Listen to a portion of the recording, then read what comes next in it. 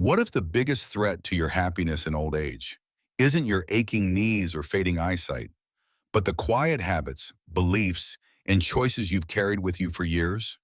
What if you're making small mistakes every day? Mistakes that feel harmless on the surface, but are silently robbing you of your health, your joy, and your independence. You see, growing older isn't the problem. It's how we grow older that makes all the difference. In this video, we're diving into 5 of the biggest mistakes people make as they age. Mistakes that don't just affect your well-being, but can slowly destroy the very things that make life worth living. But this isn't a message of fear. It's a wake-up call, a chance to notice, reflect, and gently change course. So stay with me, because the most important years of your life might be the ones still ahead. Number 1, neglecting physical health. The slow fade. Did you know that physical decline in older adults often begins not with a fall or a diagnosis, but with a simple habit lost? A report by the CDC reminds us that muscle loss, poor balance, and fatigue, often mistaken as normal signs of aging, are actually preventable.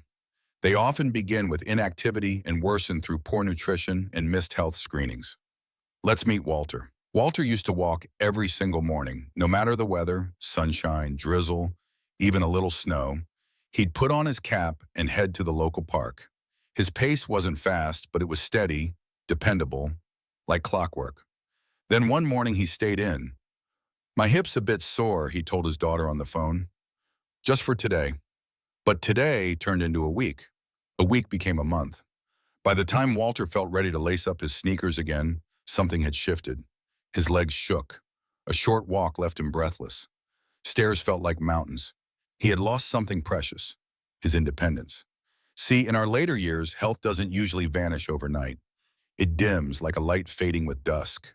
The scariest part? We don't notice the darkness until we can't carry groceries or tie our shoes without effort. And here's the truth we often ignore. The body was meant to move, no matter the age. The CDC recommends that people over 65 aim for at least 150 minutes of moderate intensity aerobic activity per week and muscle strengthening exercises at least 2 days a week. It might sound intimidating, but it doesn't need to be. Even just 15 minutes a day of walking or gentle chair exercises using resistance bands can reignite strength and confidence. Let's not forget about food. As we age, many of us eat less, yet our need for nutrients goes up. We need more protein to protect muscle, calcium and vitamin D to keep bones strong, and fiber to support digestion. Skipping meals or settling for toast and coffee just won't cut it anymore. And what about silent threats like high blood pressure or diabetes? They creep in quietly, but with regular checkups, we can catch them before they take root. The bottom line? Movement is medicine, eating is fuel, screening is safety. We may not be able to stop the clock, but we sure can make every tick count. If this chapter resonates with you, don't forget to subscribe to our channel for more life-changing insights. And please leave a comment below, even if it's just the number 1, so we know you're walking with us on this journey. Number 2, isolation, the silent epidemic. A study published in JAMA Internal Medicine found that social isolation increases the risk of early death by nearly 30%. That's not just a statistic, it's a wake-up call. We often imagine aging as a physical journey, aching knees, fading vision, slower steps. But the silent weight of emotional distance? That might be even heavier. Let me tell you about Marjorie, 76 years old, a retired piano teacher who once lit up every room she entered. When I saw her last fall, she sat neatly dressed in a soft lavender cardigan, her hair pinned up just so. She smiled politely, the way polite people do. But when I asked how she was really doing, her eyes shimmered. "I don't think I've had a real conversation in weeks," she whispered. "My kids are always busy. My neighbor used to come by, but not anymore." Marjorie's story isn't rare. It's everywhere. We just don't talk about it enough. Loneliness doesn't crash through the front door. It seeps in under the windowsill. Quiet, unnoticed, dangerous. The human brain was never designed for isolation. When connection fades, something inside us dims. And it's not just emotional, it's deeply physical. Multiple studies show that social disconnection increases the risks of heart disease, stroke, depression, even dementia. We literally get sicker when we're alone too long. So why do so many older adults retreat from the world? Sometimes it begins with thoughts like, I don't want to bother anyone. They're too busy for me. So phone calls aren't made, invitations go unanswered. The TV hums in the background as a stand-in for real voices. But here's the truth. You don't need a crowd. Just one meaningful connection. One person who truly listens can make all the difference. And yes, I know technology can feel like a foreign language, but I've seen 85-year-old men beam with joy, FaceTiming their grandkids, and women in their 70s laughing in online book clubs. It's not about mastering gadgets. It's about staying human in a digital world. Reach out, not next week, not after the weather clears. Now, call someone, write that letter, knock on your neighbor's door with some cookies, because real connection isn't optional. It's part of staying alive, and staying alive well. If you felt something while listening to this story, do subscribe to our channel. We're walking this path together.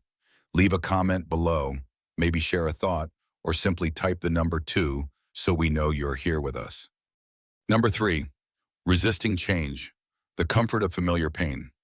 A 2022 survey by AARP found that over 60% of older adults feel overwhelmed by how quickly technology evolves.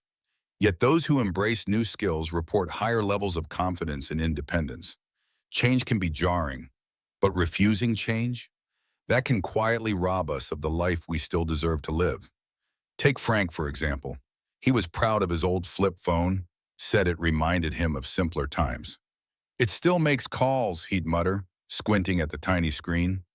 But when his bank switched to an app that required two-factor authentication and his grandkids started sharing pictures only via group chats, Frank hit a wall. I don't want to deal with all that techie stuff, he grumbled one afternoon, waving his phone in the air. But beneath the frustration, what I really saw was fear. The fear of not understanding, of feeling left behind. And that fear is real. But here's the thing. The world won't slow down just because we want it to. Online banking, telemedicine, digital check-ins, rideshare apps, these tools aren't just for 20-somethings. They're bridges to connection, safety, and freedom. Adapting doesn't erase who you are. It expands who you can become. Let me tell you about Evelyn, a retired school teacher who decided at 72 to learn how to code. No pressure, no deadline, just curiosity. And you know what? She didn't stop there. Evelyn began teaching tech basics to her neighbors at the senior center. One day she told me, beaming, every new thing I learn makes me feel younger. It's not just about gadgets either. Change means rethinking old assumptions. I had a patient, James, who refused to take statins because of a headline he saw in 1995. They're dangerous, he insisted. It wasn't until he survived a mild heart attack and sat down with a cardiologist that he opened up to current science.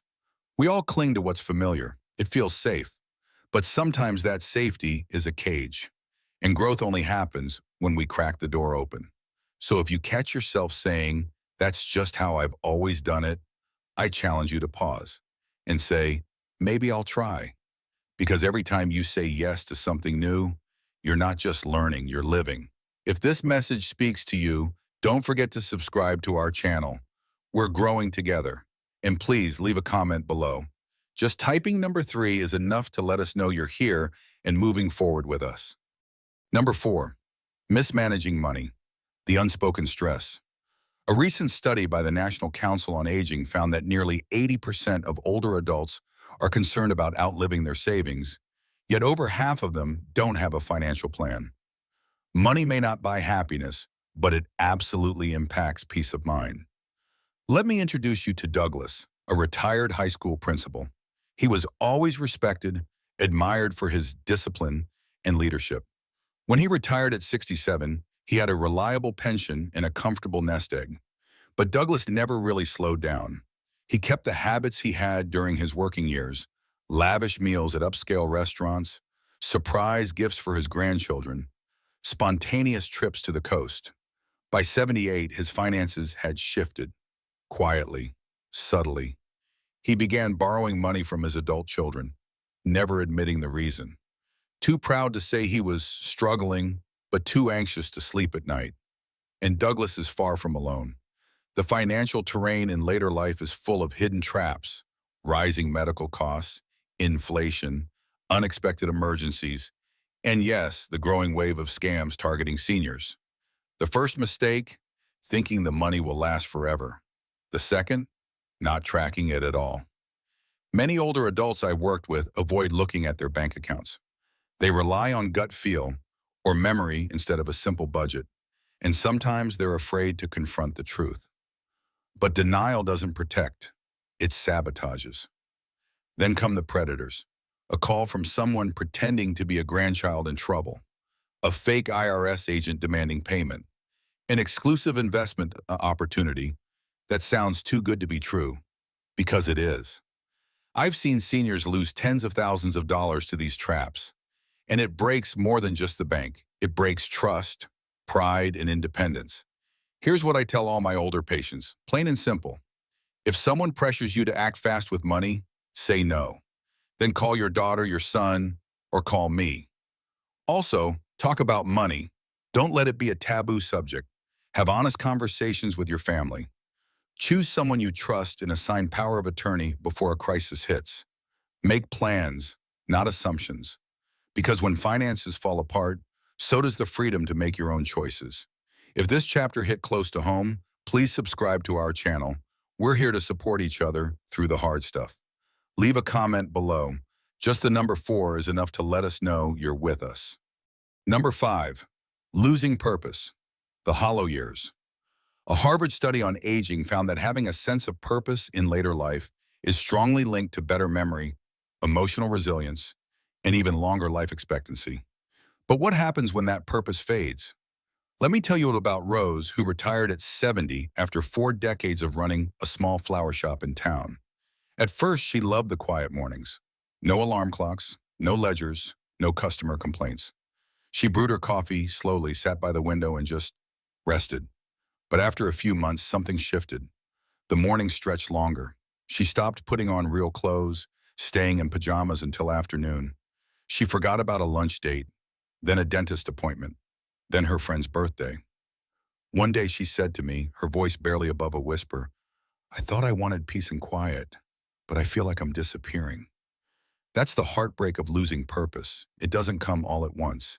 It erodes little by little, like sand slipping between fingers. Here's the truth. Purpose doesn't retire when you do. It only waits for you to rediscover it. You don't need a career or a big title to matter. You can find meaning in mentoring a teenager, knitting blankets for newborns, writing poems that no one else sees, learning Spanish, planting tomatoes, painting birds. Purpose isn't about productivity, it's about presence, being part of something that makes you feel alive.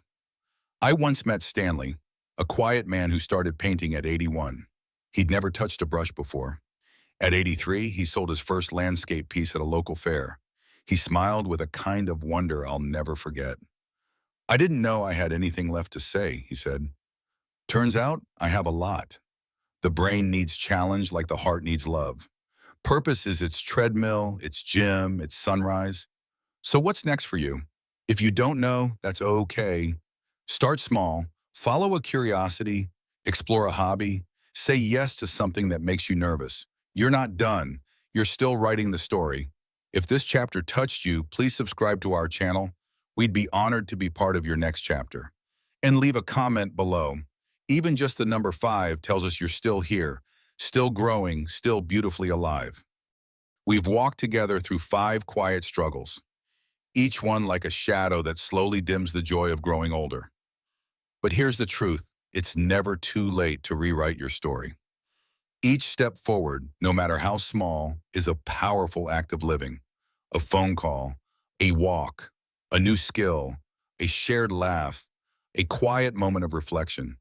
You are not invisible. You are not forgotten. You are still here, and that matters more than you know. If this video resonated with you, please like, subscribe, and turn on the notification bell so you never miss another message that might be just what your heart needs. Thank you for watching all the way to the end. We're grateful for your presence, and we can't wait to walk with you again, wherever your story leads next.